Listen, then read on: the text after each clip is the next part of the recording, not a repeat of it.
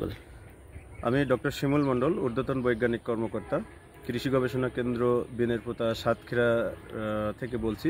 এখানে আপনারা দেখছেন আমার পিছনে, এটা একটু নতুন ধরনের একটা ফসল, সেটা হচ্ছে গ্রেইন ক্রপ। এটা হচ্ছে কিনোয়া। এই কিনোয়ার 15টা জাতের এখানে ইল্ড পারফরমেন্স, যেটা আমার ফলন এবং লবণাক্ত মাটিতে কি পরিমাণ এর পারফরমেন্স, সেটা এখানে যাচাই করা হচ্ছে। তো এখান থেকে আমাদের মূল উদ্দেশ্য হচ্ছে এই 15টা লাইন থেকে আমাদের বেস্ট একটা ভ্যারাইটি বের করা। তো সেখানে আমরা দেখছি যে এখানে এখন লবণাক্ততার পরিমাণ এই মুহূর্তে প্রায় 10-এর কাছাকাছি আছে। তো এখানে সুন্দরভাবে কিন্তু এই কিনোয়া ফসলটা এই অতিরিক্ত লবণে কিন্তু হয়ে গেছে। তো এটা আমাদের অত্যন্ত আশার বাণী যে আমরা শোনাতে যাচ্ছি আপনাদের। আমরা এই একই এক্সপেরিমেন্ট কিন্তু আশাশুনিতে, যেখানে আরও বেশি লবণ, প্রায় 16-17 ডেসিসিমেল পার মিটার পর্যন্ত লবণ ওঠে। তো ওই লবণের মধ্যেও কিন্তু আশাশুনিতে আমাদের এই কিনোয়ার পারফরমেন্সটা অত্যন্ত ভালো।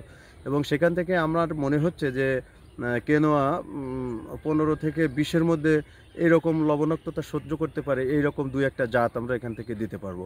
এই জাতগুলো কিন্তু মূলত আমরা সৌদি আরব, ইয়েমেন এবং বিভিন্ন ধরনের যে সাউথ আমেরিকান কান্ট্রিগুলো, বলিভিয়া, এইসব জায়গা থেকে কালেক্ট করা। তো আমাদের এখানে যদি এই বৈরী এনভায়রনমেন্টে যদি এটা ফিট করে, তাহলে এটা আমাদের একটা মানে নতুন ফার্মারদের জন্য একটা, মানে আমি বলবো ফ্ল্যাশব্যাক বলবো, এটা তাদের একটা ভাগ্যের পরিবর্তন কিন্তু এখানে আসবে। আমি একটু বলে রাখি এই কেনোয়াটা আসলে কি করতে হয়। এটা গ্রেইন ক্রপ, এটা কিন্তু সুপার ফুড।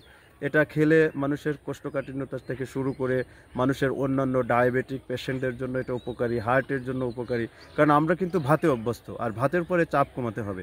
ইভেন এই কেনোয়া চাষে কিন্তু অতিরিক্ত পানির দরকার হয় না, অল্প পানিতে কিন্তু এটা চাষ করা যায়। তাহলে আপনার সব দিক দিয়ে কিন্তু এটা আপনার এই বিশেষ করে শ্যামনগর, যেখানে একেবারে শত শত হেক্টর পতিত জমি থাকে, যেখানে একেবারেই কিছু করা সম্ভব হয় না, সেই সব জায়গাগুলোতে কিন্তু আমরা এই কেনোয়া দিয়ে আমরা আরেকটা মানে এক ফসলের জমিকে 2 ফসলি আমরা করতে পারি। হ্যাঁ, লবণ সহিষ্ণুতা, এটা লবণ সহিষ্ণু কেনোয়া জাতটা লবণ সহিষ্ণু জাত।